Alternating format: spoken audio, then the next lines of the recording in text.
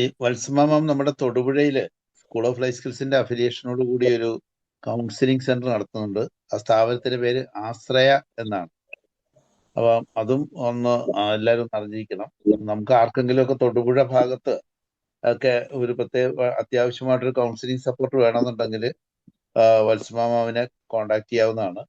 വത്സമാവിന്റെ വീട്ടിൽ തന്നെയാണ് അതിന്റെ സ്ഥാപനം ഉള്ളത്. എന്നാൽ ഇന്ന് പ്രോഗ്രാമിലേക്ക് പോകാം. സതീഷ് സാറേ, സതീഷ് സാറിന് ഞാൻ കൈമാറുകയാണ്. ഓക്കെ, മൈത്രി ഭവ.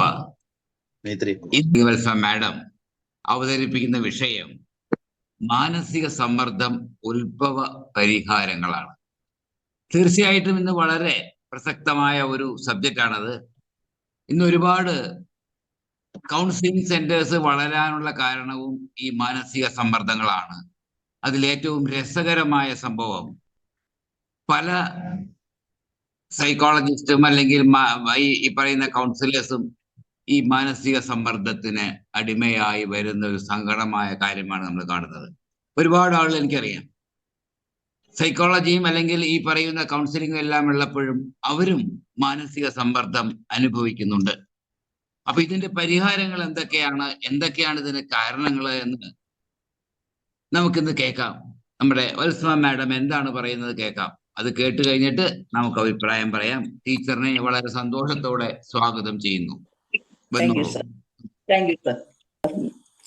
School of life skills director Shaji sir, പ്രിയ സതീഷ് സർ, സുഭാഞ്ജലി മാഡം, സ്നേഹം നിറഞ്ഞ കൂട്ടുകാരെ, ഈ ഗ്രൂപ്പിൽ എത്തിയിരിക്കുന്ന സൂം മീറ്റിംഗിൽ എത്തിക്കുന്ന എല്ലാവർക്കും വന്ദനം.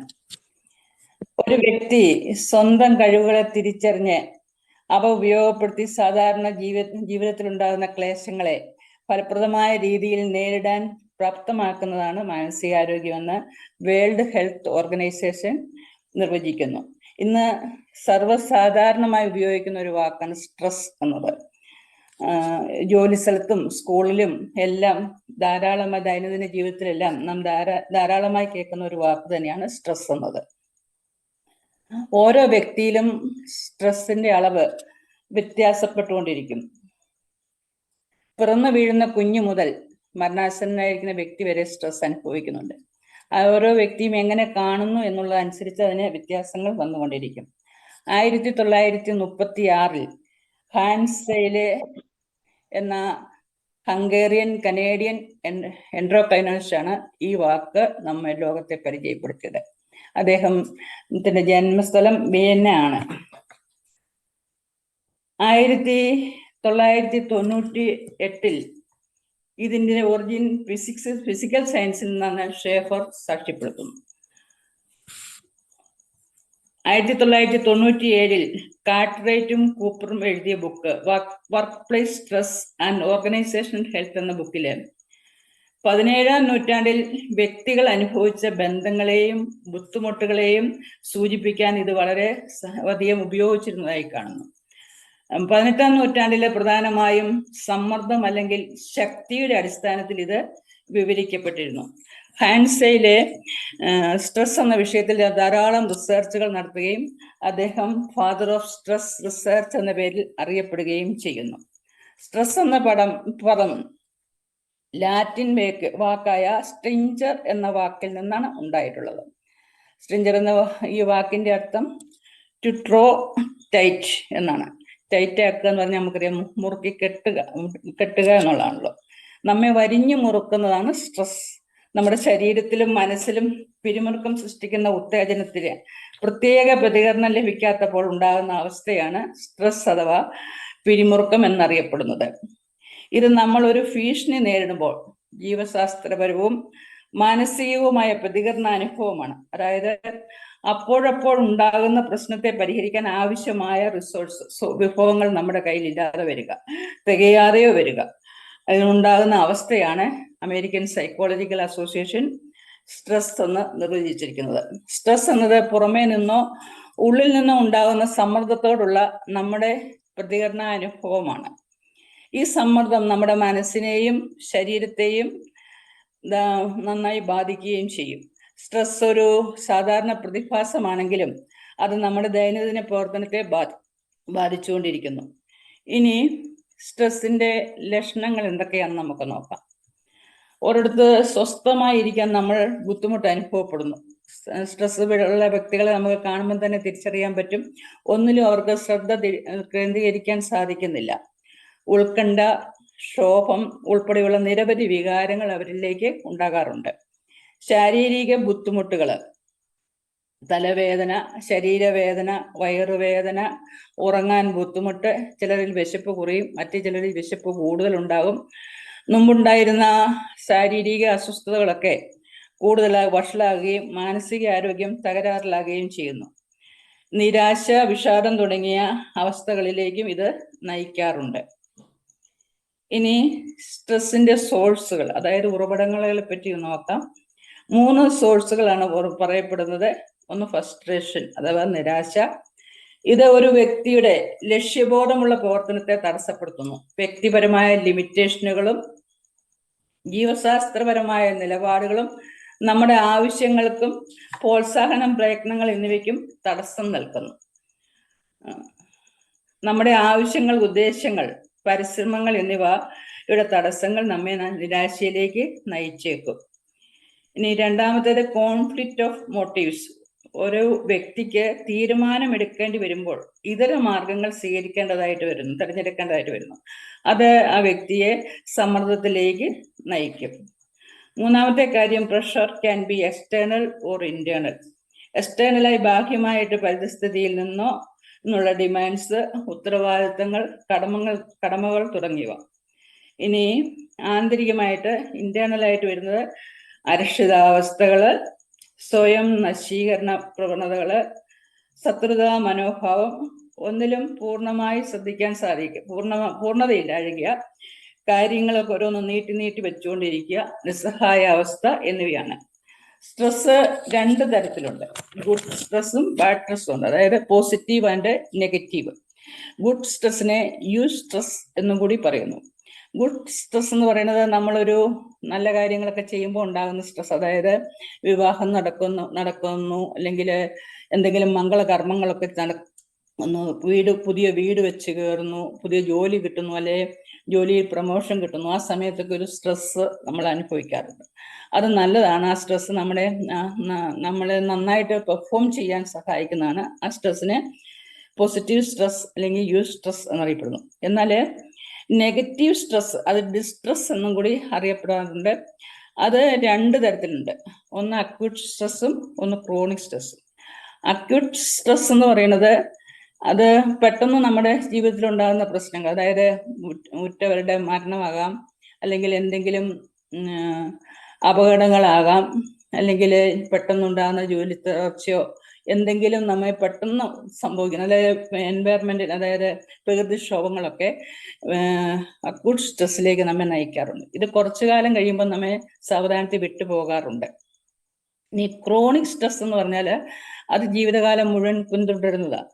കുടുംബ ബന്ധങ്ങളിലെ പാളിച്ചകള്, കുടുംബത്തിലുള്ളവരുടെ സ്വഭാവ വൈകൃതങ്ങള്, മദ്യത്തിനും മയക്കുമരുന്നിനോ അല്ലെങ്കിൽ ആന്റി സോഷ്യൽ ബിഹേവിയറുകൾ, അവരുമായിട്ട് പൊരുത്തപ്പെടാൻ പറ്റാതെ വരിക, ജോലി സ്ഥലത്താണെങ്കിലും അവിടെയും പ്രശ്നങ്ങള്, മാനേജ്മെന്റുമായിട്ടും സഹപ്രവർത്തകരുമായിട്ടും ഒക്കെ യോജിച്ചു പോകാനുള്ള ബുദ്ധിമുട്ട്, എന്നാൽ ഈ ജോലി ഉപേക്ഷിച്ചിട്ട് പോകാനും പറ്റുന്നില്ല, അവിടെ ഒരു മാനസികമായ അസ്വസ്ഥതകൾ ഉണ്ടാകുന്നു, അത് ദീർഘകാലം നിലനിൽക്കുന്നു.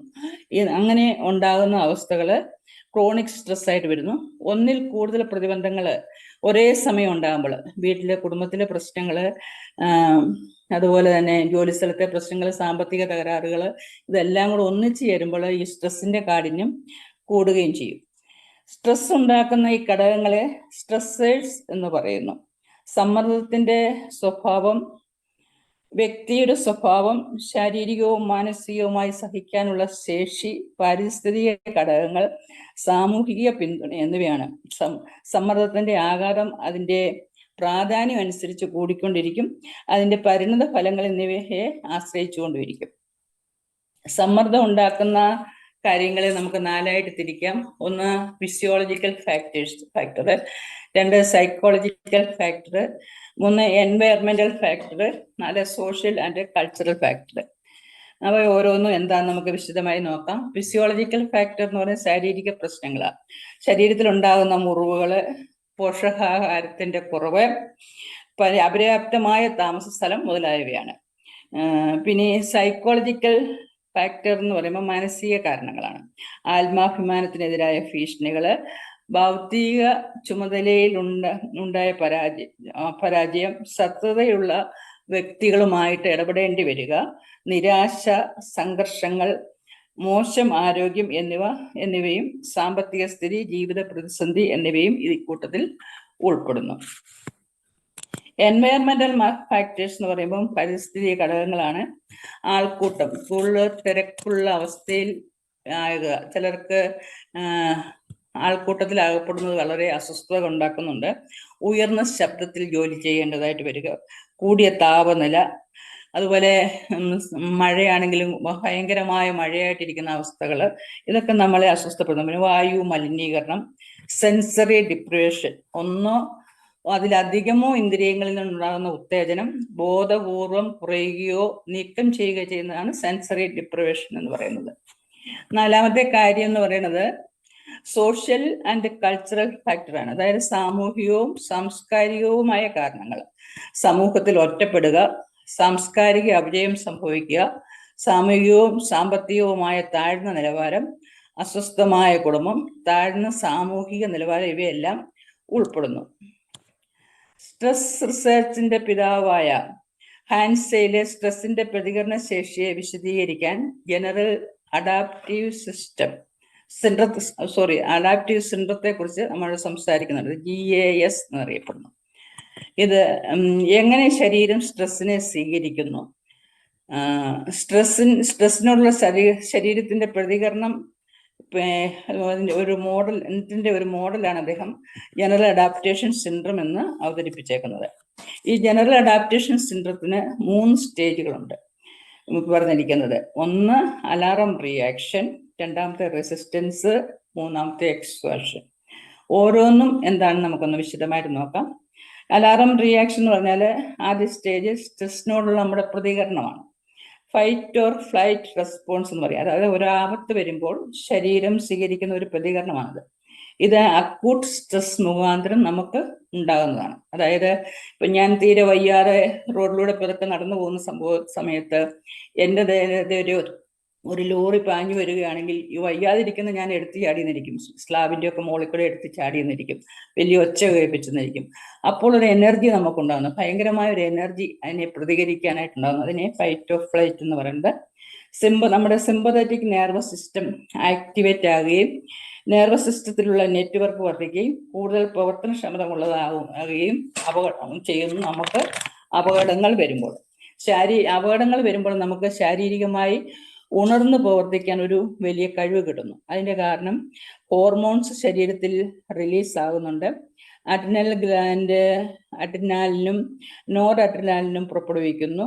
തൽഫലമായി ബ്ലഡ് പ്രഷർ കൂടുന്നു, ഹാർട്ട് റേറ്റ് കൂടുന്നു, ശ്വാസോച്ഛ്വാസത്തിന്റെ വേഗത കൂടുന്നു. ഇവയെല്ലാം വർദ്ധിക്കുകയും ചെയ്യുന്നു. മാത്രമല്ല ഹൃദയത്തിൽ ധാരാളം രക്തം പമ്പ് ചെയ്യുന്നു. മസിലുകൾ വഴിയും കൈകാല് വഴിയും രക്തത്തിന്റെ ഒഴുക്ക് കൂടുകയും ഹൃദയത്തിനും മറ്റ് അവയവങ്ങൾക്കും പ്രവർത്തിക്കാൻ ഓക്സിജൻ ധാരാളമായി ആവശ്യമായി വരികയും ചെയ്യുന്നു. അതിനാൽ ശരീരം ഫൈറ്റ് ഓർ ഫ്ലൈറ്റ് റിയാക്ഷനിലേക്ക് എത്തപ്പെടുന്നു. രണ്ടാമത്തെ കാര്യം റെസിസ്റ്റൻസ് ആണ്. ശരീരം പ്രതികരിക്കുന്നുണ്ട്. അതിന്റെ ഫലമായി ശരീരത്തിൽ ഇറിറ്റബിലിറ്റി ഉണ്ടാകുന്നു, ഫ്രസ്ട്രേഷൻ ഉണ്ടാകുന്നു, ഓവർ കോൺസെൻട്രേഷൻ ഉണ്ടാകുന്നു, ഒന്നിലും ശ്രദ്ധിക്കാൻ പറ്റുന്നില്ല, നിരാശയായിട്ട് നമ്മൾ തളർന്നിരിക്കുന്ന ഒരവസ്ഥ. അതുപോലെ തന്നെ എക്സ്ട്രാഷൻ, ക്ഷീണം. നമ്മൾ വലിയ പ്രശ്നങ്ങളൊക്കെ ഉണ്ടാകുമ്പോൾ ചിലപ്പോൾ എനിക്കൊന്നും ചെയ്യാൻ പറ്റത്തില്ല എന്ന് തളർന്നു കിടക്കുന്നൊക്കെ ഇല്ലേ, അതാണ് ശരീരം ഒരു പൊള്ളുന്ന പോലൊക്കെ തോന്നും, വിളർച്ച ഉണ്ടാകും, നിരാശ ഉണ്ടാകും, ഉത്കണ്ഠ ഉണ്ടാകും, സ്ട്രെസ്സിനോട് പ്രതികരിക്കാനുള്ള ശേഷി കുറയുകയാണ്. ഇങ്ങനെയൊക്കെയാണ് സ്ട്രെസ് നമ്മളെ ബാധിക്കുന്ന പ്രധാനപ്പെട്ട ഘടകങ്ങൾ. ഇനി ഈ സ്ട്രെസ്സിനെ നമുക്ക് എങ്ങനെ വിലയിരുത്താൻ പറ്റും, സ്ട്രെസ്സിനെ അളക്കാൻ പറ്റുമോ, സ്ട്രെസ് അസസ്മെന്റ് എങ്ങനെ നടത്താം എന്നുള്ളത് നോക്കാം. ഒരു വ്യക്തിയെ സ്ട്രെസ് എത്രമാത്രം ബാധിക്കുന്നു എന്നറിയാൻ സ്ട്രെസ് അസസ്മെന്റ് നടത്താറുണ്ട്. അതിന് ഉപയോഗിക്കുന്ന സൈക്കോളജിക്കൽ ടൂളാണ് പെർസീവ്ഡ് സ്ട്രെസ് സ്കെയിൽ എന്ന് പറയുന്നത്. ഇത് അമേരിക്കൻ സൈക്കോളജിക്കൽ അസോസിയേഷൻ അംഗീകരിച്ച ടൂളാണ്. അമേരിക്കൻ സൈക്കോളജിക്കൽ അസോസിയേഷൻ അംഗീകരിക്കാത്ത ടൂളുകളൊന്നും സൈക്കോളജിയിൽ ഉപയോഗിക്കാൻ പാടില്ല എന്നുള്ള നിയമമുണ്ട്. ഇതില് ക്വസ്റ്റിനെയർ ഉൾപ്പെടുന്നുണ്ട്, ചെക്ക് ലിസ്റ്റ് ഉൾപ്പെടുന്നുണ്ട്, പേഴ്സണൽ ഇന്റർവ്യൂ ഉപയോഗിക്കും. ഇപ്പൊ 3 സ്ട്രെസ്സിനെ അളക്കാനായിട്ട് ഉപയോഗിക്കുന്ന ടൂളുകൾ. ക്വസ്റ്റിനെയർ എന്ന് പറഞ്ഞാൽ കുറെ ക്വസ്റ്റ്യൻസ് നമുക്ക് സ്റ്റാൻഡർഡൈസ് ക്വസ്റ്റ്യൻസ് ആയിരിക്കും, സ്ട്രക്ചേർഡ് ക്വസ്റ്റ്യൻ ആണ്. അത് മാറ്റാനായിട്ട് എക്സാമിനർക്ക് യാതൊരു അവകാശവുമില്ല. സൈക്കോളജിക്കൽ അസോസിയേഷൻ അമേരിക്കൻ APA തന്നിരിക്കുന്ന ക്വസ്റ്റിനെയറുകളാണ്. ആ ക്വസ്റ്റിനെയർ നമ്മൾ ക്ലയന്റിന്റെ കയ്യിലേക്ക് കൊടുക്കുന്നു. ക്ലയന്റ് അതിനകത്ത് അത് മിക്കവാറും 5 ആൻസേഴ്സ് വീതമുള്ള ലിക്കറ്റ് സ്കെയിലുള്ള ക്വസ്റ്റ്യനേഴ്സ് ആയിരിക്കും. അത് 5 ആൻസേഴ്സ് അതിനകത്ത് ഉണ്ടായിരിക്കും. എഗ്രി, ഡോണ്ട് എഗ്രി എന്നുള്ള തരത്തിലുണ്ടായിരിക്കും. അതിന് ഈ ക്ലയന്റ് ചെയ്യേണ്ടത് എന്നാന്ന് ചോദിച്ചാൽ അതിലൊന്ന് ടിക്ക് ചെയ്യുക, ഒന്ന് വായിച്ചു നോക്കി ഒന്ന് ടിക്ക് ചെയ്ത് പോവുക. അത് ഒത്തിരി നേരം ഇരുന്ന് വായിക്കണ്ട, എത്രയും പെട്ടെന്ന് കിട്ടുന്ന ആൻസർ അവിടെ ടിക്ക് ചെയ്ത് പോവുക മാത്രമാണ് ക്ലയന്റ് ചെയ്യുന്നത്. അത് ചിലത് 146 ആയിരിക്കും, ചിലതിന് 130 ആയിരിക്കും, ചിലതിന് 150 ആയിരിക്കും ക്വസ്റ്റ്യൻസ് ഉണ്ടാകുന്നത്. അത് ചെയ്ത് പോകുന്നു. ആ ക്വസ്റ്റ്യൻസിൽ തന്നെ കുറച്ച് നെഗറ്റീവ് ക്വസ്റ്റ്യൻസും ഉണ്ടാകും, പോസിറ്റീവ് ക്വസ്റ്റ്യൻസും ഉണ്ടാകും. പോസിറ്റീവ് ക്വസ്റ്റ്യൻസിന് 1, 2, 3, 4, 5 എന്നുള്ള മാർക്ക് ഇടുന്നു. നെഗറ്റീവ് ക്വസ്റ്റ്യൻസ് വരുമ്പോൾ 5, 4, 3, 2, 1 എന്നുള്ള മാർക്ക് ഇടുന്നത്. അത് നെഗറ്റീവ് ഏതാണ് പോസിറ്റീവ് ഏതാന്ന് ഈ ചാർട്ടിൽ തന്നെ നമ്മളോട് പറഞ്ഞിട്ടുണ്ട്, നമുക്ക് തരും, ആ ബുക്ക്ലെറ്റിൽ തന്നെ കാണും. അത് വെച്ച് നമ്മൾ കണക്ക് കൂട്ടുന്നു. ഏതെല്ലാം വിഭാഗത്തിൽ, ചിലത് 12 വിഭാഗങ്ങളായിട്ടായിരിക്കും തിരിച്ചിരിക്കുന്നത്, ചിലത് 14 ആയിരിക്കും. ആ വിഭാഗത്തിലാണ് സ്ട്രെസ് ഉള്ളതെന്ന് ഏത് മേഖലയിലാണെന്ന് കൃത്യമായിട്ട് നമുക്ക് കാണാൻ പറ്റും. അത് ലോ ആണോ, മീഡിയം ആണോ, ഹൈ ആണോ എന്ന് സ്കെയിൽ വെച്ച് നമുക്ക് മനസ്സിലാക്കാൻ സാധിക്കും. അങ്ങനെ മനസ്സിലാക്കി കഴിഞ്ഞിട്ട് കിട്ടുന്നതിനെ നമ്മൾ ഇന്റർപ്രറ്റ് ചെയ്ത് ഈ ആൾക്ക് ഇന്ന വിഭാഗത്തിലാണ് സ്ട്രെസ് ഉള്ളതെന്ന് അറിയിക്കണം. ഈ സ്ട്രെസ് ഇത് അളക്കാൻ സ്റ്റാൻഡർഡൈസ്ഡ് ടെസ്റ്റ് ആണ് ഉപയോഗിക്കുന്നത്. അത് റിയലബിൾ ആയിരിക്കും, വാലിഡ് ആയിരിക്കും. സെൽഫ് റിപ്പോർട്ടാണ് കിട്ടുന്നത് ഇതുവഴി. ഓർഗനൈസേഷനുകളിലൊക്കെ എംപ്ലോയീസിന്റെ സ്ട്രെസ് അളക്കാനായിട്ട് ഇതാണ് ഉപയോഗിക്കുന്നത്. ചെക്ക് ലിസ്റ്റും ഉപയോഗപ്പെടുത്താറുണ്ട്, അതിലും കുറെ ക്വസ്റ്റ്യൻ ആൻസേഴ്സ് ചെയ്യുകയാണ്. പിന്നീടുള്ളത് പേഴ്സണൽ ഇന്റർവ്യൂ ആണ്. ഇത് ഇച്ചിരി ചെലവേറിയതും ബുദ്ധിമുട്ടേറിയതുമായതാണ്. അതിന് സ്ട്രക്ചേർഡ് ക്വസ്റ്റ്യനും അൺസ്ട്രക്ചേർഡ് ക്വസ്റ്റ്യനും ഉണ്ടാകും. കാരണം ഇന്റർവ്യൂയുടെ അന്നേരത്തെ നിലപാടനുസരിച്ച് ആ സാഹചര്യം അനുസരിച്ച് ചില ക്വസ്റ്റ്യൻസിൽ മാറ്റങ്ങൾ വരുത്താൻ അനുവാദമുണ്ട്. എങ്കിലും അത് വളരെ ബുദ്ധിമുട്ടേറിയതും ചെലവേറിയതുമാണ്. ഏറ്റവും എളുപ്പമുള്ള രീതി ക്വസ്റ്റ്യനെയർ കൊടുത്തു തന്നെ ചെയ്യുന്നതാണ്. അങ്ങനെ സ്ട്രെസ് ലെവൽ കാണാൻ സാധിക്കുന്നതുകൊണ്ട് പറ്റുന്ന ഗുണം എന്താണെന്ന് ചോദിച്ചാൽ, ഓരോ ഓർഗനൈസേഷനിലെ അവിടുത്തെ എംപ്ലോയീസിന്റെ സ്ട്രെസ്സിനെ അവർക്ക് മനസ്സിലാക്കാനും അതനുസരിച്ച് ഓർഗനൈസേഷനിൽ എന്ത് മാനേജ്മെന്റിന് മാറ്റം വരുത്തണമെന്നുള്ളത് മാറ്റാനും അങ്ങനെ ആ ഓർഗനൈസേഷന്റെ പ്രവർത്തനത്തെ കൂടുതൽ മെച്ചപ്പെടുത്താൻ സാധിക്കും. വ്യക്തികൾക്കും ഈ രീതി അതിന് വേറെ ഓരോരുത്തർക്കും ഓരോ ജോബ് സ്ട്രെസ് ഉണ്ട്, ഒക്കുപേഷണൽ സ്ട്രെസ് ഉണ്ട്, ഇങ്ങനെ ഓരോ തരം ക്വസ്റ്റ്യനെയറുകളുണ്ട്. അതനുസരിച്ച് സ്ട്രെസ്സിനെ നമുക്ക് അളക്കാൻ പറ്റും. അപ്പോൾ ഇത് മനസ്സിലായെന്ന് ഞാൻ വിചാരിക്കുന്നു. സൈക്കോളജിക്കൽ ടൂളിനെ പറ്റി പറഞ്ഞത്, സ്കെയിൽ എന്ന് പറയുന്നത് ഇതാണ്, അല്ലാതെ നമ്മൾ സാധാരണ കേൾക്കുന്നതല്ല. ടൂൾ എന്ന് പറഞ്ഞ ഉപകരണമൊന്നുമല്ല, ഇങ്ങനെ തന്നെ ഇതാണ് ഇതിന്റെ ടൂൾ എന്ന് പറയുന്നത്. ഇതിനെ സൈക്കോളജി പറയുന്ന സൈക്കോളജിക്കൽ വേർഡ്സ് ആണ് ഞാൻ പറഞ്ഞത്. ഇനി നമുക്ക് ഈ സ്ട്രെസ് ഇങ്ങനെ ഉണ്ടായിരുന്നാൽ പോരല്ലോ, ഇത് കേട്ടാൽ മാത്രം പോരല്ലോ, ഇതിനെ നമുക്ക് മാനേജ് ചെയ്യണ്ടേ. സ്ട്രെസ്സിനെ മാനേജ് ചെയ്തില്ലെങ്കിൽ സ്ട്രെസ് ഷോർട്ട് ടേമും ലോങ് ടേമും ഉണ്ടെന്ന ഇഷ്യൂസും ഉണ്ടെന്ന് നമ്മൾ കണ്ടു. എങ്ങനെയാണെങ്കിലും ഇതിനെ നമുക്ക് മാനേജ് ചെയ്തേ പറ്റൂ. മാനേജ് ചെയ്തില്ലെങ്കിൽ നാം പലതരം രോഗങ്ങൾക്ക് അടിമപ്പെടും. നമ്മുടെ മനസ്സിന് താങ്ങാൻ വയ്യാത്ത അസ്വസ്ഥതകൾ കൂടിക്കൂടി വരുമ്പോൾ മനസ്സ് കുറച്ച് അസ്വസ്ഥതകൾ ശരീരത്തിലേക്കും കടത്തിവിടും. ശരീരത്തിലെ എല്ലാ വ്യക്തികളിലും ഏതെങ്കിലും ഒരു അവയവം വീക്കായത് കാണും, ആ അവയവത്തെ കയറി പിടിക്കും, അസ്വസ്ഥതകൾ കൂടുതലായിട്ട് പിടിക്കും, അത് രോഗാവസ്ഥയിലേക്ക് മാറും. പിന്നെ സൈക്കോസൊമാറ്റിക് രോഗങ്ങളൊക്കെ സ്ട്രെസ്സിന്റെ ഫലമായിട്ടുണ്ടാകുന്നത്. അപ്പം സ്ട്രെസ് കൂടുതലായിട്ടുണ്ട്. രോഗി എപ്പോഴും അസ്വസ്ഥതകൾ അവിടെ വേദന ഇവിടെ വേദന എന്ന് പറഞ്ഞുകൊണ്ടിരിക്കും, പക്ഷെ പരിശോധനയിൽ യാതൊരു രോഗവും കാണത്തുമില്ല. അങ്ങനെയുള്ളപ്പോൾ സ്ട്രെസ്സിനെ മാനേജ് ചെയ്തേ പറ്റൂ, തീർച്ചയായിട്ടും അത് മാറ്റുമില്ല. അപ്പം അതിന് ചില സ്ട്രാറ്റജീസ് തന്ത്രങ്ങളുണ്ട്. ഒന്ന്, കൃത്യമായ വ്യായാമ രീതികൾ, ശാരീരിക വ്യായാമങ്ങൾ, എയറോബിക്സ്, നടത്തം, ജോഗിങ്, നീന്തല്, സൈക്കിൾ ചവിട്ടുക, ടെന്നീസ് കളിക്കുക തുടങ്ങിയ സ്ട്രെസ്സിനെ കുറയ്ക്കാൻ സഹായിക്കും. ഇത് കൃത്യമായിട്ട് നടത്തുന്ന ആൾക്കാർക്ക് ശാരീരിക ആരോഗ്യവും മാനസികാരോഗ്യവും ഉണ്ടായിരിക്കും. രണ്ടാമത്തെ റിലാക്സേഷൻ ടെക്നിക്കാണ് Jacobson progressive muscle relaxation, JPMR എന്ന് പറയും. വളരെ പവർഫുൾ ആയ ഒരു മസിൽ റിലാക്സേഷൻ ടെക്നിക്കാണിത്. സ്ട്രെസ്സും റിലാക്സേഷനും ഒന്നിച്ചു വരുന്നില്ല എന്നുള്ളതാണ് ഇതിന്റെ ടെക്നിക്ക്. ആഴത്തിൽ മസിലിനെ റിലാക്സ് ആക്കാനായിട്ട് ഇത് സഹായിക്കുന്നു. ശരീരത്തിലെ 16 പേശികളെ സ്ട്രെസ് കൊടുക്കുകയും റിലാക്സ് ആക്കുകയും ചെയ്തുകൊണ്ട് സ്ട്രെസ് റിലാക്സേഷൻ ടെക്നിക്ക് നമുക്ക് ചെയ്യാൻ പറ്റും. വളരെ പവർഫുള്ളാണ്. വളരെയധികം എളുപ്പത്തിൽ സ്ട്രെസ്സായിട്ട് വരുന്ന വ്യക്തികൾക്ക് കൊടുക്കാൻ പറ്റിയതാണ്. ഡെയിലി ചെയ്യുന്നതും വളരെ നല്ലതാണ്. പിന്നെ യോഗ ആൻഡ് മെഡിറ്റേഷൻ. യോഗയും മെഡിറ്റേഷനും കുത്തക ഇന്ത്യയിൽ നിന്ന് തന്നെ, നമ്മുടെ ഭാരതത്തിൽ നിന്ന് തന്നെയാണ്. യോഗയുടെ പ്രധാന ലക്ഷ്യം തന്നെ സെൽഫ് റിയലൈസേഷനാണ്. മെഡിറ്റേഷൻ പലതരത്തിലുണ്ട്. മെഡിറ്റേഷൻ മനസ്സിനെ ശാന്തമാക്കാൻ ഉപയോഗിക്കുന്നു. മൈൻഡ്ഫുൾ മെഡിറ്റേഷൻ ഉണ്ട്, ഗൈഡഡ് മെഡിറ്റേഷൻ ഉണ്ട്, വിപാസനയുണ്ട്, ലവ് ആൻഡ് കൈൻഡ്നസ് മെഡിറ്റേഷൻ. അങ്ങനെ മെഡിറ്റേഷൻ പല രീതിയിലുണ്ട്. മൈൻഡ്ഫുൾ മെഡിറ്റേഷൻ പ്രസന്റ് ടൈമിലായിരിക്കാൻ നമ്മെ സഹായിക്കുന്നു. പ്രസന്റ് ടൈമിൽ ഇരിക്കുന്നതുകൊണ്ടുള്ള ഗുണം എന്ന് വെച്ചാൽ പാസ്റ്റിലേക്ക് പോകാതെ ഫ്യൂച്ചറിലേക്കും ചിന്തിക്കാതെ നമുക്ക് പ്രസന്റ് നമ്മൾ ചെയ്യുന്ന കാര്യങ്ങളെ വളരെ ഭംഗിയായിട്ട് ചെയ്യാൻ സാധിക്കുന്നു. ഗൈഡഡ് മെഡിറ്റേഷൻ ഒരു കൗൺസിലർ അല്ലെങ്കിൽ അങ്ങനെ ഒരു മെഡിറ്റേഷൻ കൊടുക്കുന്ന ഒരു വ്യക്തിയുടെ കീഴിൽ മാത്രം ചെയ്യേണ്ടതാണ്. വിപാസന മെഡിറ്റേഷൻ സെൽഫ് ഒബ്സർവേഷൻ ആണ്. അതൊരു നടത്തുന്ന കേന്ദ്രത്തിൽ താമസിച്ചുകൊണ്ട് പുറം ലോകവുമായിട്ട് യാതൊരു ബന്ധവുമില്ലാതെ സ്വയം അവനെ ഒബ്സർവ് ചെയ്തുകൊണ്ട് നമുക്ക് ട്രാൻസ്ഫോം വരുന്നതാണ്. അത് ചെയ്തിട്ടുള്ള വ്യക്തികൾ, വിപാസനയിൽ പങ്കെടുത്തിട്ടുള്ളവർ അതിന്റെ അനുഭവം പറയുമ്പോൾ ഒത്തിരി സന്തോഷം തോന്നിയിട്ടുണ്ട്. വളരെ ലവ് ആൻഡ് കൈൻഡ്നസ് മെഡിറ്റേഷൻ എന്ന് പറയുന്നതും മറ്റുള്ളവരോട് സ്നേഹവും കാരുണ്യവും ഉണ്ടാകാനായിട്ട് നമ്മെ സഹായിക്കുന്നതാണ്. മെഡിറ്റേഷൻ സ്ട്രെസ് കളയുക മാത്രമല്ല നമ്മുടെ ആങ്സൈറ്റിയെ മാനേജ് ചെയ്യാനും സഹായിക്കുന്നുണ്ട്. ഹെൽത്തിനെ പ്രൊമോട്ട് ചെയ്യുകയും ചെയ്യുന്നു. സെൽഫ് അവയർനെസ് നമുക്ക് വർദ്ധിക്കുന്നു. ശ്രദ്ധയുടെ വ്യാപ്തി, സ്പാൻ ഓഫ് അറ്റൻഷൻ കൂടുന്നു.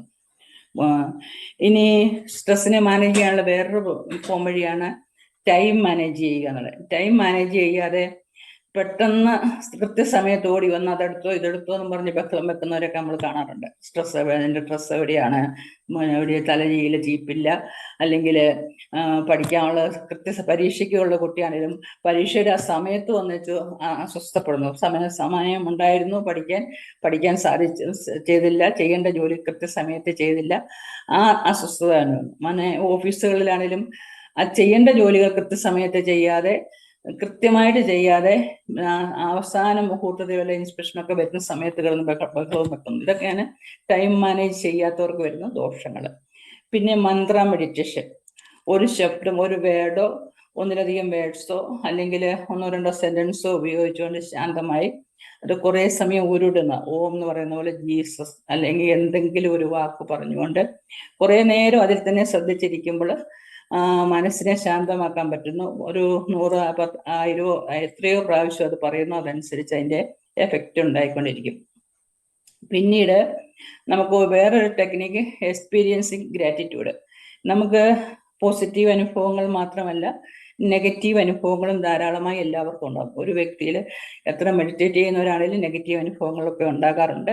നെഗറ്റീവ് അനുഭവങ്ങൾ ഉണ്ടാകുമ്പോൾ എല്ലാത്തിനെയും അതിൻ്റെ ഗ്രാറ്റിറ്റ്യൂഡോടെ കാണാൻ പഠിക്കുക. പോസിറ്റീവായ കാര്യങ്ങൾ, നെഗറ്റീവ്സിൽ നിന്നും നമുക്ക് പോസിറ്റീവ്സ് ഉണ്ടാവും. ചിലപ്പോൾ ചില വഴക്കുകളായിരിക്കും, അതൊന്നും നമുക്ക് നന്മയ്ക്കായിട്ട് ഭവിക്കാറുണ്ട്.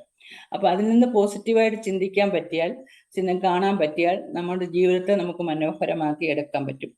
ഡെയിലി മെഡിറ്റേറ്റ് ചെയ്യുന്നവർക്ക് എല്ലാ ക്ലേശങ്ങളെയും നന്മയ്ക്കായിട്ട് കാണാൻ സാധിക്കും. മെന്റൽ പവർ അവർക്ക് വർദ്ധിക്കുകയും ചെയ്യുന്നു. ഒരു പോസിറ്റീവ് ആറ്റിറ്റ്യൂഡ് ഉണ്ടാക്കി എടുക്കാനായിട്ട് മെഡിറ്റേഷൻ നമ്മെ സഹായിക്കും. Good things will happen. നമ്മുടെ ബ്രെയിനിന് ഒരു പ്രത്യേകത ഉള്ളതെന്ന് വെച്ചാൽ പെട്ടെന്ന് നെഗറ്റീവ്സിനെ പിടിച്ചെടുക്കാൻ കഴിവുള്ളതാണ്. എല്ലാ പ്രവർത്തനങ്ങളും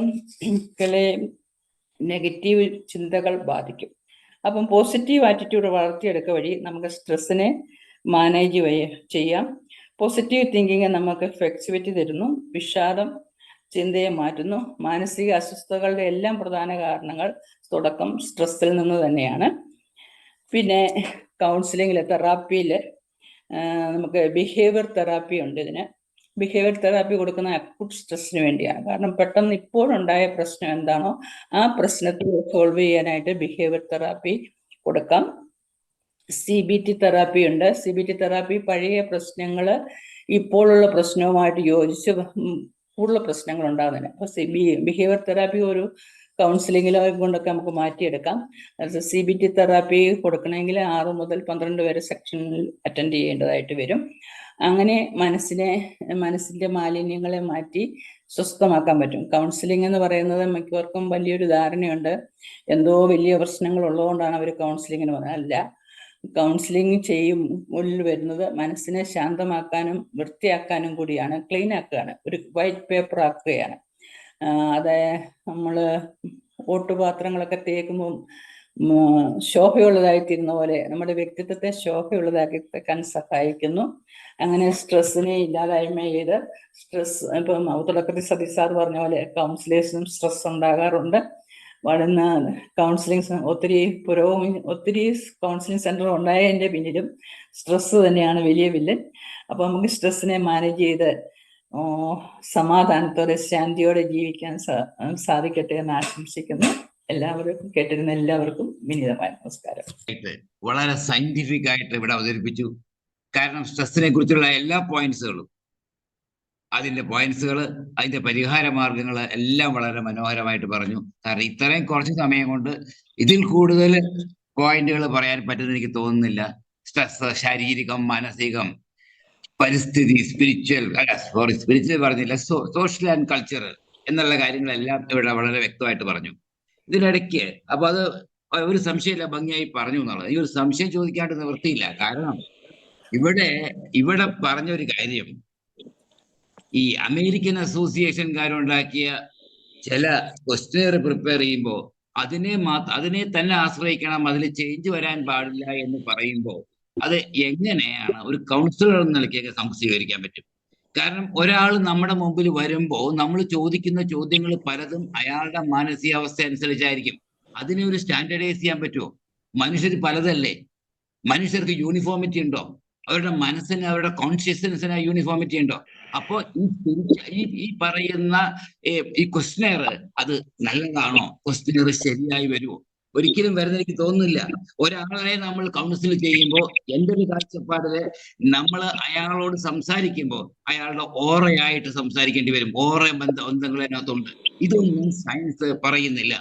പിന്നെ ഇവിടെ പറഞ്ഞൊരു കാര്യം, സ്ട്രെസ് ഉള്ള വരുമ്പോ മെഡിറ്റേഷൻ, സ്ട്രെസ് ഉള്ള മൈൻഡിന് ഒരുപാട് സ്ട്രെസ് ഉള്ളപ്പോ മാഡത്തിന് മെഡിറ്റേറ്റ് ചെയ്യാൻ പറ്റുമോ? മനുഷ്യ മനസ്സിനെ സയന്റിഫിക് ആയിട്ട് മാത്രം കാണാൻ കഴിയുമോ? മനുഷ്യ മനസ്സിനെ സയൻസിന് അപഗ്രഥിക്കാൻ പറ്റാത്ത രീതി മനസ്സിലില്ലേ? അതിനെക്കുറിച്ച് എന്താണ് താങ്കൾക്ക് പറയാനുള്ളത്? വളരെ ഭംഗിയായി പറഞ്ഞു. ചോദിക്കണമല്ലോ കാര്യങ്ങൾ. ഓക്കെ, വളരെ നന്ദി. നല്ല ചോദ്യമാണ് സാർ ചോദിച്ചത്. അതിന് വളരെ സന്തോഷം. ഈ സ്ട്രെസ്സിന്റെ ക്വസ്റ്റ്യനെയറിനെ പറ്റി പറയണത്, നമ്മൾ ഒരു ആൾക്ക് എത്രമാത്രം ഉണ്ടെന്ന് അളക്കാനായിട്ടുള്ള സ്കെയിലാണ്. ആ സ്കെയിലിന് മാറ്റം വരുത്താൻ പറ്റത്തില്ല. പക്ഷെ നമുക്ക് കൗൺസിലിംഗിൽ പല ചോദ്യങ്ങളും ചോദിക്കും. പക്ഷെ ഈ ഇതിന് എത്ര ഓരോ സെക്ഷനിലും ഏതൊക്കെ വിഭാഗത്തിൽ ഏതെല്ലാം കാറ്റഗറിയിൽ ഉണ്ടെന്ന് അറിയാനായിട്ടുള്ളത് അവർ പറഞ്ഞിരിക്കുന്ന ആ ക്വസ്റ്റ്യനെയർ വെച്ച് ചെയ്യുമ്പോൾ മാത്രമേ കിട്ടത്തുള്ളൂ. അതിന് വാല്യൂ എടുക്കാനുള്ളതാണ്. വാല്യൂ അല്ലാതെ പോയി എടുത്താൽ നമുക്ക് വാല്യൂ എടുക്കാൻ പറ്റത്തില്ല, കണക്ക് കൂട്ടി എടുക്കാൻ പറ്റത്തില്ല. അല്ലാതെ നമ്മൾ അവിടുന്ന് ഇവിടുന്ന് ഒക്കെ എടുത്തു കഴിഞ്ഞാൽ അതനുസരിച്ച് നമുക്ക് കണക്കൂട്ടി എടുക്കാൻ പറ്റത്തില്ല. അതാണ് അതിനകത്തെ പ്രോബ്ലം. ഞങ്ങൾ പ്രാക്ടിക്കലിനൊക്കെ വന്നിരിക്കുമ്പോഴാണെങ്കിലും ചിലർക്ക് ഒന്നും അറിയാൻ മേലാത്ത ക്ലയന്റിനെ നമുക്ക് കിട്ടുന്നെങ്കിൽ ചിലർക്ക് പറഞ്ഞാൽ പോലും മനസ്സിലാകില്ലാത്തവരാ. അവരെന്തെങ്കിലുമൊക്കെ എഴുതി കഴിഞ്ഞാൽ നമ്മൾ കാൽക്കുലേറ്റ് ചെയ്തെടുക്കാനായിട്ട് നമ്മൾ ഒത്തിരി ബുദ്ധിമുട്ടുന്നുണ്ട്. അത് ഏത് വിഭാഗത്തിൽ പെടുന്നതാണ്, എങ്ങനെയാണെന്ന് കാൽക്കുലേറ്റ് ചെയ്തെടുക്കാൻ പറ്റും. അതിന് ഈ സൈക്കോളജിക്കൽ അസോസിയേഷൻ അതിനു വേണ്ടിയാണ് സ്ഥാപിച്ചേക്കുന്നത്. അത് മാത്രമേ നടക്കത്തുള്ളൂ. നമുക്ക് കൗൺസിലിങ്ങിൽ നമുക്ക് ഇഷ്ടമുള്ള പോലെ സംസാരിക്കാൻ സാർ പറഞ്ഞത് വളരെ 100% ശരിയാണ്. ഈ ക്വസ്റ്റ്യനിലെ എല്ലാ ആൻസറും ശരിയാ. ഏത് ആൻസർ തന്നാലും ശരിയാ. 5 ക്വസ്റ്റ്യൻ ഞാനിപ്പോ പറഞ്ഞ കേസിൽ ഏത് ആൻസർ ക്ലയന്റ് തരുന്ന എല്ലാ ആൻസറും ശരിയാ. അത് തെറ്റും ശരിയൊന്നുമില്ല. അത് വെച്ച് നമ്മൾ വാല്യൂ ചെയ്യണമെന്നേ ഉള്ളൂ. ഇപ്പം നിനക്ക് പിന്നെ ജോലി സ്ഥലത്ത് ബുദ്ധിമുട്ടുണ്ടോ ജോലി എന്ന് ചോദിച്ചാൽ ബുദ്ധിമുട്ടുണ്ടെന്ന് എഴുതിയാലും ശരി, ബുദ്ധിമുട്ടില്ലെന്ന് എഴുതിയാലും ശരി, രണ്ടും ശരിയാണ്. അതിനകത്ത് തെറ്റും ശരിയുമില്ല, എല്ലാ ആൻസറും ശരിയാണ്. അതിന് വാല്യൂ. പിന്നെ രണ്ടാമത്തെ ക്വസ്റ്റ്യൻ എന്തായിരുന്നു? കൂടുതൽ വരുമ്പോൾ നമുക്ക് അവിടെ തളർച്ച കൂടുതലായിട്ടുണ്ടാകുന്ന സമയത്തും കുറച്ച് സമയം കിടന്നു കഴിയുമ്പോൾ നമുക്കും എൻ്റെ ഉള്ളിലെ അസ്വസ്ഥതകളൊക്കെ ഈ പ്രശ്നം കൊണ്ട് എൻ്റെ ശരീരമാണ്, എൻ്റെ മനസ്സാണ് തളരുന്നെന്നുള്ള ബോധ്യമുണ്ടെങ്കിൽ നമുക്ക് കുറെ നേരം കഴിയുമ്പോൾ കുറച്ച് ദീർഘശ്വാസമൊക്കെ എടുത്ത് മനസ്സിനെ ഒന്ന് ചാനൽ ഓക്സിജന്റെ അളവ് കുറയുന്ന പ്രശ്നമാണ്. ആ പ്രശ്നത്തെ നമ്മൾ തന്നെ ഒന്ന് ഇവാലുവേറ്റ് ചെയ്ത് ലഘൂകരിക്കാനായിട്ട് സാധിക്കും. തീർച്ചയായിട്ടും സാധിക്കും. ക്ലാസിഫിക്കേഷന് വേണ്ടിയാണ് ആ അമേരിക്കൻ സ്റ്റാൻഡേർഡ് ഉപയോഗിക്കുന്നതെന്നാണ് എനിക്ക് മനസ്സിലായത്. അപ്പോഴാണെങ്കിൽ ക്വസ്റ്റ്യൻ മാറ്റാൻ പാടില്ല, ക്ലാസിഫൈ ചെയ്യാനുള്ളതാണ്. പിന്നെ നമ്മൾ ചോദിച്ച് ഇന്റർവ്യൂയിലൂടെ കാര്യങ്ങൾ മനസ്സിലാക്കി സൊല്യൂഷൻ കൊടുക്കുക ചെയ്യുന്നത്.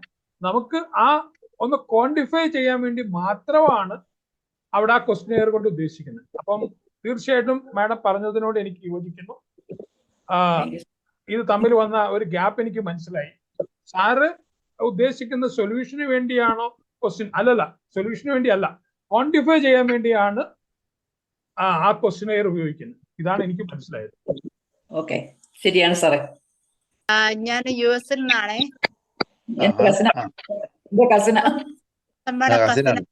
തത്സമയം എനിക്ക് തന്ന വെബ്സൈറ്റ് ഞാനൊന്ന് നോക്കിയത്. അപ്പൊ ഞാൻ കുറെ നിന്നപ്പോ ഒന്ന് കേറി നോക്കുമായിരുന്നു എന്തായിരുന്നു എന്നറിയാൻ. അപ്പൊ വളരെ സന്തോഷം എനിക്ക് കേട്ടതില്, ഈ സെഷനൊക്കെ കണ്ടതിലും കേട്ടതിലും. സോ വളരെ വളരെ എനിക്ക് പിന്നെ മറ്റേ സാർ ചോദിച്ച പോലെ ഒരു സ്റ്റാൻഡേർഡൈസ്ഡ് ക്വസ്റ്റ്യൻ നമ്മൾ ഒരു മനുഷ്യരെ ഒരു വ്യക്തി വരുമ്പോൾ അവരുടെ ലെവൽ അറിയാനല്ലേ നമ്മൾ അത് ചെയ്യുന്നത്. ഒരു സ്റ്റാൻഡേർഡൈസ് ഇപ്പൊ ഒരു എക്സാമിന് പോയാലും നമുക്ക് സ്റ്റാൻഡേർഡൈസ്ഡ് ക്വസ്റ്റ്യൻ എല്ലാവർക്കും പറഞ്ഞ പോലെ തന്നെ എല്ലാവർക്കും എല്ലാത്തിലും പെടത്തില്ല. ചിലത് ഇപ്പെടും, ചിലത് ഇപ്പെടത്തില്ല. അപ്പൊ അങ്ങനെ എല്ലാ വിധത്തിലുമുള്ള ഇത് ചെയ്തുകൊണ്ട് സ്റ്റാൻഡേർഡൈസ്ഡ് ക്വസ്റ്റ്യൻസ് ആണ് അവിടെ കഴിഞ്ഞിട്ട് പിന്നെ നമ്മൾ അതിനനുസരിച്ചാണ് നമ്മൾ ഇത് ചെയ്തിട്ട് കൗൺസിലിങ് ഏത് ഭാഗത്തിലാണ് കൊടുക്കണ്ടേ ചെയ്യുന്നത്. അങ്ങനെയല്ലേ ഞാൻ പറഞ്ഞു വെച്ചത്, അങ്ങനെ തന്നെയാണ് പറഞ്ഞതെന്ന് എനിക്ക് തോന്നുന്നു. ഞാൻ ഉദ്ദേശിച്ച അങ്ങനെയാണ്. ഏത് ഭാഗത്തിലാണ് ആ വ്യക്തിക്ക് കൗൺസിലിംഗ് വേണ്ടത്, എവിടെയാണ് മാറ്റം വരുത്തേണ്ടത് എന്ന് അറിയണമെങ്കിൽ ഇങ്ങനെ കൊടുക്കണം. അത് ഇങ്ങനെ 14 കാറ്റഗറികൾ കാണാണ്. ഏത് വിഭാഗത്തിലാണ് ജോലി സ്ഥലത്തെ റോൾ ഓഫ് എന്താണോ, ഇങ്ങനെ ഓരോ സെക്ഷനും തിരിച്ചുണ്ടായിരിക്കും അതിനകത്ത്. ആ സെക്ഷനിലേക്ക് നമ്മൾ മാർക്കറ്റ് പോകുമ്പോൾ അവിടെ ലോ ആണോ ഹൈ ആണോ മോഡറേറ്റ് ആണോ നമുക്കറിയാൻ പറ്റും. എന്നിട്ട് അത് വെച്ച് നമുക്ക് ഇന്റർപ്രറ്റ് ചെയ്യാൻ പറ്റും. ഈ വ്യക്തിക്ക് ഇന്ന ഭാഗത്താണ് ആവശ്യമുള്ളത് നമുക്ക് ഇന്റർപ്രറ്റ് ചെയ്യാൻ പറ്റും. ഓക്കെ, മൈത്രി സഭ അബ്ദുൽ ബാസത്താണ്, റിയാദ് നിന്നാണ്. മത്സര മാഡത്തിന്റെ ആ സ്ട്രെസ്സിനെ പറ്റിയുള്ള ക്ലാസ് വളരെ നന്നായിട്ടുണ്ട്. എന്നിട്ട് വിഷയം ആ സ്ട്രെസ്സുകൾ ഉണ്ടാവുന്ന സോഴ്സുകളെ പറ്റിയും അതുപോലെ തന്നെ ആ സ്ട്രെസ്സിനെ എങ്ങനെ പരിഹരിക്കാമെന്ന സൊല്യൂഷനെ പറ്റിയും വളരെ നന്നായിട്ട് പ്രസന്റ് ചെയ്തു. Thank you so much. എനിക്ക് സ്ട്രെസ്സിനെ മാനേജ് ചെയ്യാനായിട്ട് തോന്നിയിട്ടുള്ളത്, നമ്മൾ കുറച്ച് പോസിറ്റീവ് അഫർമേഷൻസും അതുപോലെ ഇന്നർ ഡയലോഗ്സ് ഒന്ന് പോസിറ്റീവ് ആക്കുക. ഇന്നർ ഡയലോഗ്സ്, സെൽഫ് ടോക്കുകൾ. അപ്പൊ അത് രണ്ടും നമുക്ക് വളരെ എഫക്റ്റീവായിട്ട് സ്ട്രെസ്സിനെ മാനേജ് ചെയ്യാനായിട്ട് തുടർച്ചയായിട്ട് അത് ശീലിക്കുകയാണെങ്കിൽ സ്ട്രെസ്സിലെ ഒരു പരിധിവരെ കൺട്രോൾ ചെയ്യാം. അതുപോലെ സ്ട്രെസ് വന്നിട്ടുണ്ടെങ്കിൽ നമുക്കതിനെ ഓട്ടോമാറ്റിക് ആയിട്ട് വീണ്ടും ഇത് സെയിം തന്നെ റിപ്പീറ്റ് ചെയ്തിട്ട് ചെയ്യാൻ പറ്റുന്നതാണ് എൻ്റെ ഒരു എന്താ പറയുക അറിവ്. നമ്മുടെ മനസ്സിനെ നെഗറ്റീവ്സിനെ പിടിച്ചെടുക്കാനാണ് കൂടുതൽ കഴിവുള്ളൂ, പോസിറ്റീവ്സിനെ പിടിച്ചെടുക്കുന്നതിൽ കൂടുതൽ. നമ്മൾ കൊച്ചുകുട്ടികളെ ശ്രദ്ധിച്ചിട്ടില്ലേ? നല്ല വാക്ക് ഇത് പറയും, ഒരു ചീത്ത വാക്ക് പറയുന്നത് ഒന്ന് പറഞ്ഞാൽ മതി, അത് കൊച്ചുങ്ങൾ അപ്പം തന്നെ റിപ്പീറ്റ് ചെയ്യും. എന്നാൽ നല്ലത് 10 പ്രാവശ്യം പറഞ്ഞാലും റിപ്പീറ്റ് ചെയ്യാൻ സാധ്യത കുറവാണ്. ഇത് നമ്മുടെ മൈൻഡിന്റെ ഒരു പ്രത്യേകത. അപ്പൊ മോശപ്പെട്ട കാര്യം ബ്രെയിനും സെയിം റെപ്പിറ്റേഷൻ തന്നെയാണ് അവിടെയും നടക്കുന്നത്. മൈൻഡ് അല്ല, ബ്രെയിനിന്റെ പ്രത്യേകതയാണ്. മോശപ്പെട്ട കാര്യങ്ങൾ നമ്മൾ പഠിക്കുന്ന, നല്ല കാര്യം ഒത്തിരി പഠിക്കാനായിട്ട് കിടന്ന് ശ്രമിക്കുന്നതിലും ചീത്തപ്പെട്ട കാര്യങ്ങളൊന്ന് പറഞ്ഞാൽ മൈൻഡ് എന്ന് പറഞ്ഞാൽ അവിടെ തെറ്റിപ്പോരാ എനിക്ക് കേട്ടോ. ബ്രെയിനിന്റെ പ്രത്യേകതയാണ്. അതെ. കൊച്ചുകുട്ടികള് കണ്ടു ചീത്ത വർത്താനം പതുക്കെ ഒന്ന് പറയണ കേട്ടാൽ മതി, അവരത് റിപ്പീറ്റ് ചെയ്തുകൊണ്ട് നടക്കും. അതേസമയം നല്ലത് പറഞ്ഞിട്ട് അവർക്ക് അത്ര പെട്ടെന്ന് റിപ്പീറ്റ് ചെയ്യത്തില്ല. അത് നമ്മളിൽ എല്ലാവരിലും ഉള്ളതാണ്. Okay, thank you madam.